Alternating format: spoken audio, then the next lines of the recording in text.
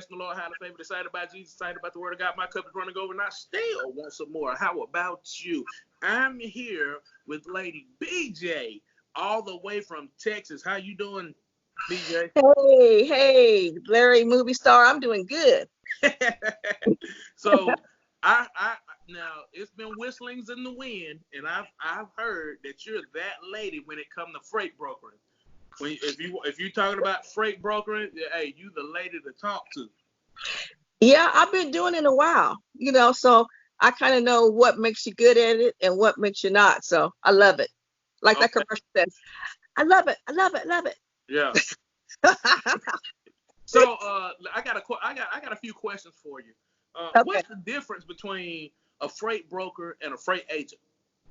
Okay. Now, as far as getting customers, Well, hold on just for a moment. Before you do that, let's give people a little bit of background about yourself and where you come from and everything like that.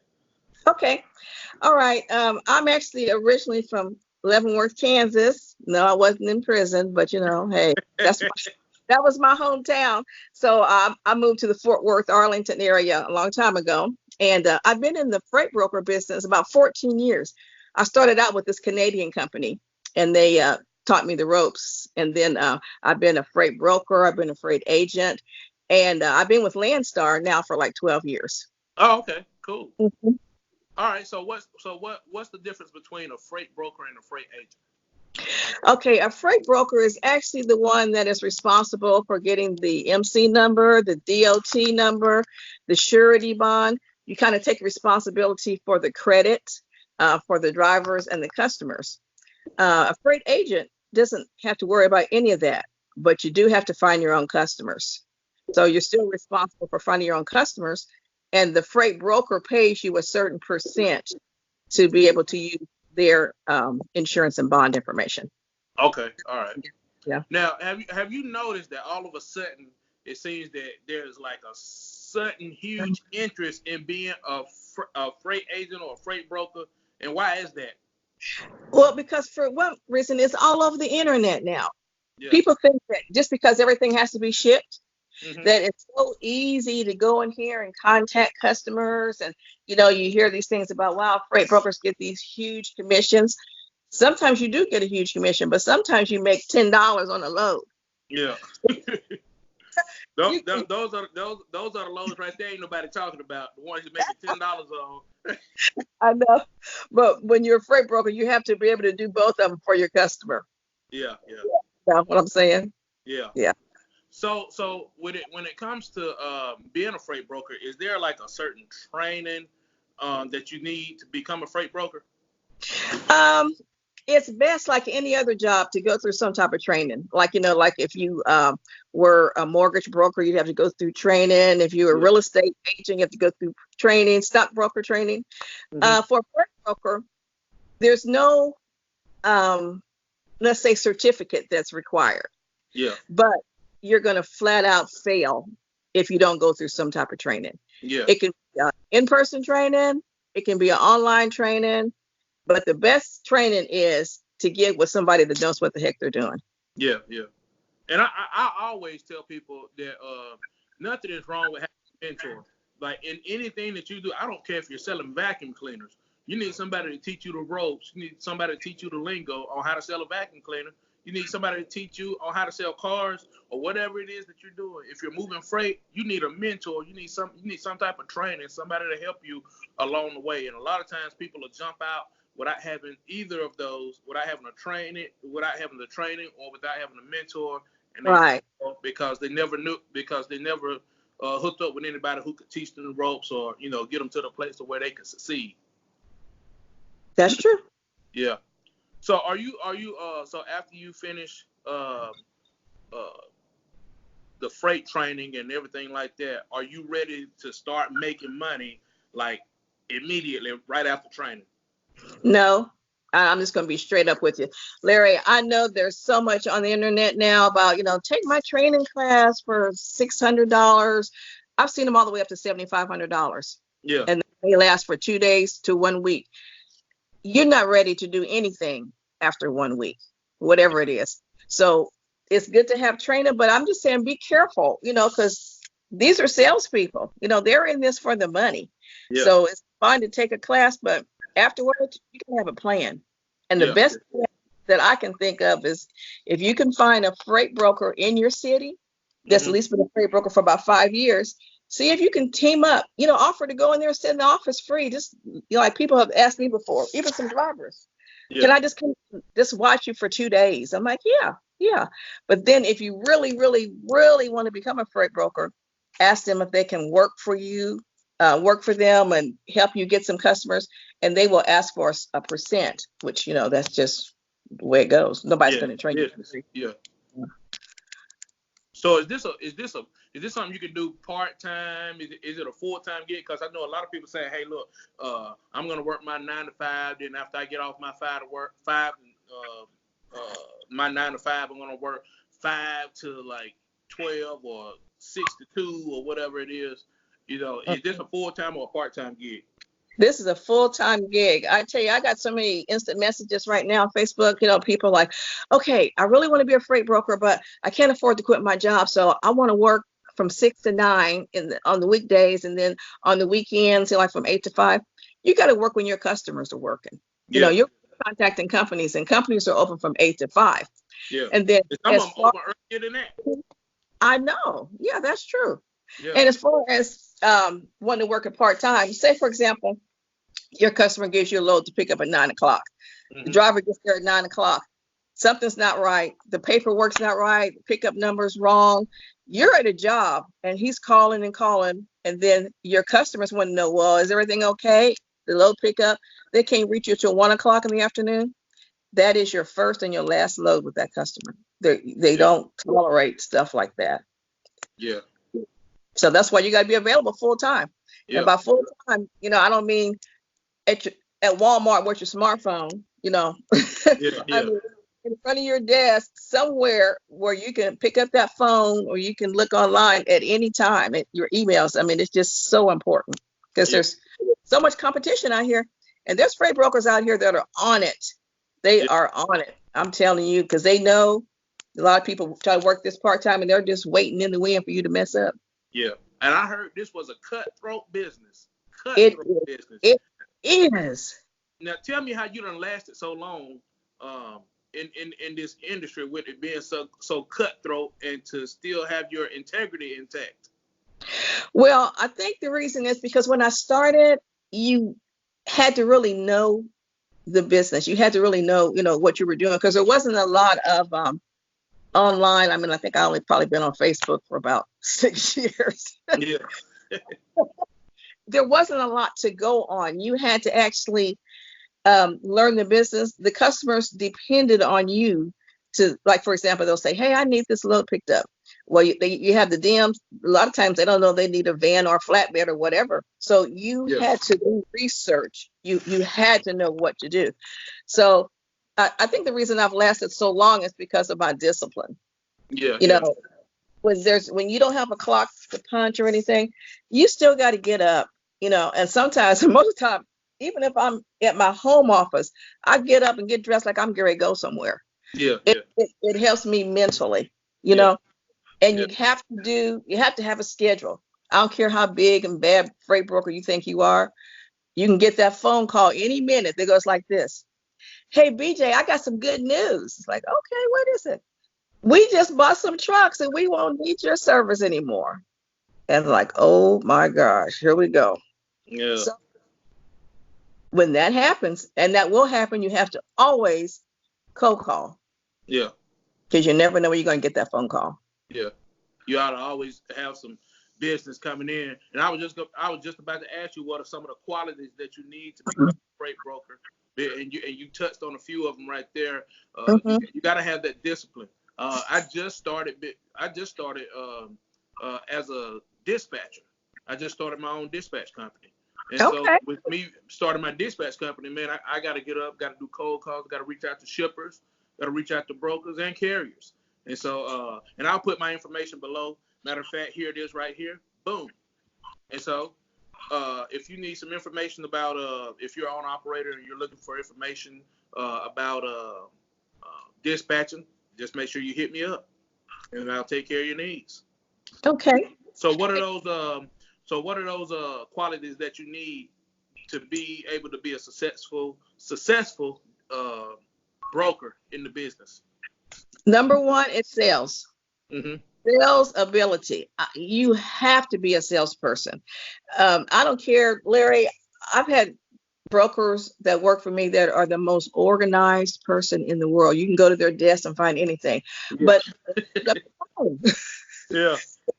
if you don't pick up the phone, there's no money coming in. Okay. Yeah. And you gotta be kind of tough as far as your feelings go. Like, I know sometimes, I get my feelings hurt a little bit, when sometimes you can't help but take it personal.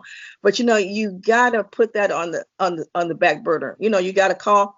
Maybe you call about 20, 25 calls, and everybody's like, "Oh, I'm not working with you because somebody at your company did this." Or one time I had a freight broker and he didn't even know who was driving the truck and this, that. Freight brokers just try to take so much money. Y'all ain't worried about 20 calls like that. And you want to just be like, okay, look, let me go turn on Netflix for just a minute and watch calls. Okay. But yeah. You got to get on that phone call, and you got to have, I believe in having faith myself, Yeah. you gotta, that's how I make it. You gotta have faith. You can't give up. And you gotta have a positive attitude. Yeah. When you call somebody and they're down, you gotta make them feel good. Yeah. And you make the call like, people can hear that through your voice. It's like, oh, yeah, this is BJ. I'm trying to find some freight. You got to be happy. I've even sung to people like little medleys on the phone. Just whatever. Because if that dollar. If you've ever been in the corporate world before, there is somebody tapping you on the shoulder all the time, being like, how come you're paying this much for this? We got to do this. We got to get our profit margins up. So I try to put myself in that person's position. Yeah. Because there's a bunch of BJs calling them, asking them for freight, and you got to do something to make them remember you. Yeah. Yeah. Most definitely. Now, I want to touch on something right quick. I know you have an event coming up. Mm-hmm. You have some events coming up. I want you to talk about those events that you have coming up that may help some people who's interested in becoming a broker or agent. Okay. We've got 2 events coming up in Arlington, Texas. On January the 17th through the 19th, it's the freight broker training in-person classroom. And then on the following weekend, we're doing the how to open a dispatch service training. That's for one day. Mm-hmm. And there's a lady that is an instructor with me. Her name is Shamil Snow. Yeah. And I trained Shamil about 6 years ago. She worked with me as a freight broker. So she knows what she's doing. She prefers the driver's side. She enjoys, teaching more of the drivers, but then she comes back over to the freight broker side every now and then. And the reason we're doing this in person is because when you're new, sometimes you just need to be eye to eye. You need to be able to say, look, tell me what works. Can you hold my hand? Just tell me. So it's good to have that eye to eye contact. Mm-hmm. Now, we're getting a big response for people that aren't in Dallas. So we will be doing some online training, but we're trying to figure out how to make it a little different. I've looked at some of the other ones, and it's like, okay, read this, print this off. Come on. I can't even remember who I booked the load with it. Yeah. Something you try to get me to read, Yeah. So we try to make it up and close and personal. Yeah. Yeah. Okay. So give me those dates one more time. Okay, January 17th through the 19th. That's the one that we're actually pushing right now for the freight broker training. Okay. All right. Yeah. And so, how can people reach out to you if they want to get in touch with you? Do you have like a social media handle or anything like that, or a number you want people to call, or a website or anything? Yeah, you can look on a freightbrokertraining.com. freightbrokertraining.com. Okay. That's where you actually sign up for the classes or send us requests. And you can also, the very best way to find me is to send me an email at freightladybj@gmail.com. Okay, yeah, that's pretty easy right there. freightladybj@gmail.com. Now, one more thing before we get out of here. I know I talk to a lot of drivers, and drivers always complain about, man, the broker's taking all the money, man. What are some of the huge myths that's in broker training, that's in trucking, period, that you can address right now? Okay. Yeah, we want to get paid just like the drivers do. But now we're not going to get paid if we give you a load and then we cancel it. Nobody gets paid. Yeah. So, a lot of times drivers think, oh, this broker got this load posted on the board. So when I call, nobody, she'll say, oh, it's already been booked, or she'll say, hold on, I'll call you right back. Let me see what's going on. And let me tell you what that call means. A lot of times you don't know what the rate is. A lot of times you don't even know if you're going to get the load, because your customer, your good long-term customer, has booked this, has sent this out to other brokers too. Yeah.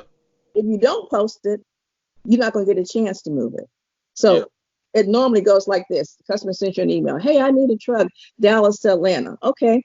And I'll say, hey, do you have a target rate? Or I'll know what the rate is. I moved in the past. They're like, no, just go in and see what you can get. I find a truck. Call the customer. She's at lunch. I'll call the customer. She's like, okay, hold on a second. Let me call you right back. Blah, blah, blah, blah, blah. So it's not that we're trying to be deceitful. It's just that we flat out don't know. But if we don't post it, not knowing, we won't get a driver. Yeah. So that's when I see that all over Facebook, Yeah. All right. That's the biggest myth. And as far as the money goes, freight broker jobs are lucrative. I'm telling you the truth. That's why a lot of people want it. If you're willing to work hard and do what it takes, you will make money. And like I said earlier, everything does have to be shipped. Yeah. And you have an opportunity, if you can be unique, if you can prove yourself. Like when I first started, I used to get those loads that nobody else would take because I knew I wasn't going to make that much money. But I wanted to show this customer, you just give me these little scripts and scraps, Yeah.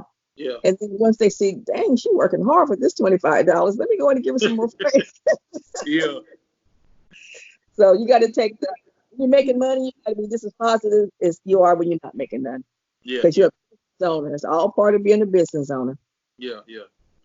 All right, Freight Lady BJ, it's been a pleasing pleasure to talk to you today. And any last words you got to say before we get off of here? Yeah, it's a good career. It's a good business to be in, but you got to do your work. Okay, don't quit your day job. Don't get out here and it's like, oh my God, have a little money saved, about 3 or 4 months worth of money saved.